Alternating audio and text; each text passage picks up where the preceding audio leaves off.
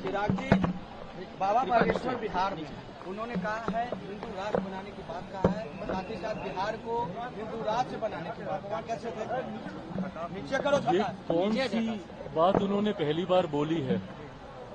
बाबा बागेश्वर ने हमेशा से अपनी इस इच्छा को जाहिर किया है कि वो भारत को एक हिंदू राष्ट्र बनता हुआ देखना चाहते हैं।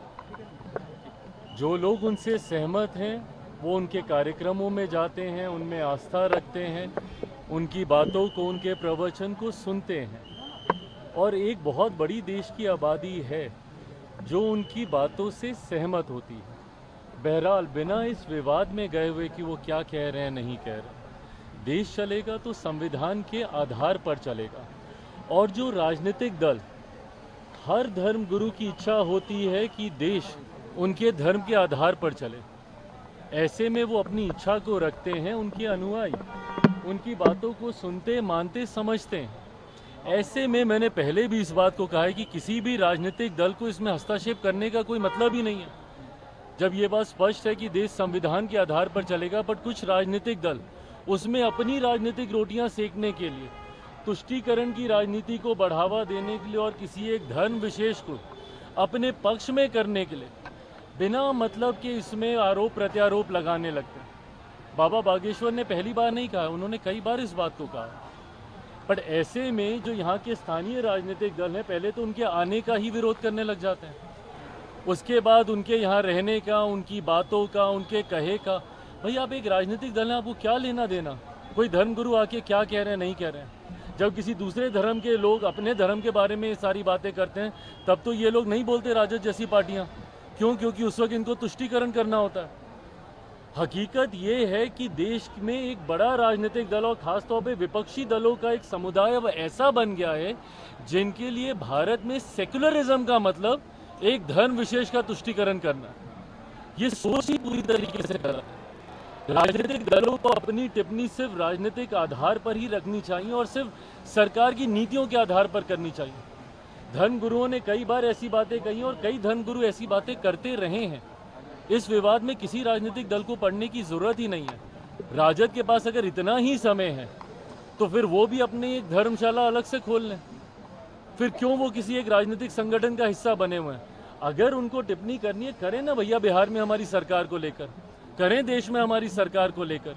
पर इस तरीके की बातें कर कर राज्य में सिर्फ धार्मिक असंतुलन बनाने का प्रयास जो राजद के द्वारा किया जाता है वो कतई उचित नहीं है। भाजपा के विधायक हम बोल देते हैं, भाजपा के विधायक हम वही नहीं भाग रहे हैं एक एक करके। भाजपा के विधायक, बीजेपी के विधायक हरिभूषण ठाकुर बचौल, उन्होंने मुस्लिम समाज को लेकर हिदायत दी है कि फ्राइडे को होली पड़ रही है तो वो घर में ही रहे और घर में रहकर ही अपनी नमाज अदा करें। लेकिन तेजस्वी यादव ने कहा किसी की बाप की बिहार नहीं। हम देखते हैं। देखिए ये भाषा जो बोल रहे हैं कि बिहार किसी के बाप का नहीं है, तकलीफ तो इसी बात की है कि कुछ लोग और कुछ दल इस बात को समझते हैं कि शायद उन्हीं के ही घर का ये बिहार है। ये गलत है ये सारी बातें। देखिए हर धर्म को और खास तौर पर हिंदू त्योहार का तो मतलब ही यही रहा है कि हर कोई मिलजुल कर इन त्योहारों को मनाता रहा है। हम लोगों ने दशकों तक गंगा जमुनी तहजीब का उदाहरण देने का हम लोगों ने काम किया। और होली जैसा त्यौहार तो खास तौर पे एक ऐसा त्यौहार है जहाँ पे तमाम गिले शिकवे भूलकर हर कोई एक साथ मिलकर त्यौहार मनाता है। ऐसे में जो भाजपा के विधायक भी कह रहे हैं उसके पीछे की सोच भी यही है कि हर कोई मिलजुल कर मनाए। किसी को तकलीफ है तो भाई अपना आगे पीछे सोचे, बट उसमें पुनः उसका इंटरप्रिटेशन गलत तरीके से निकाल कर जो राजद के लोग हैं वो जो धार्मिक असंतुलन फैलाने का प्रयास करते हैं, तुष्टीकरण का प्रयास करते हैं, ये गलत है। चुनाव नजदीक है और ऐसे में कांग्रेस जो है वो पद यात्रा निकालने वाली है, पलायन रोको पद यात्रा। अच्छा बताइए, पलायन रोको पद यात्रा, पलायन शुरू किसके समय में हुआ था? पलायन की जननी कौन सा राजनीतिक दल रहा है? 90 का वो दशक ही रहा है ना जिसको जंगल राज के तौर पे जाना जाता था।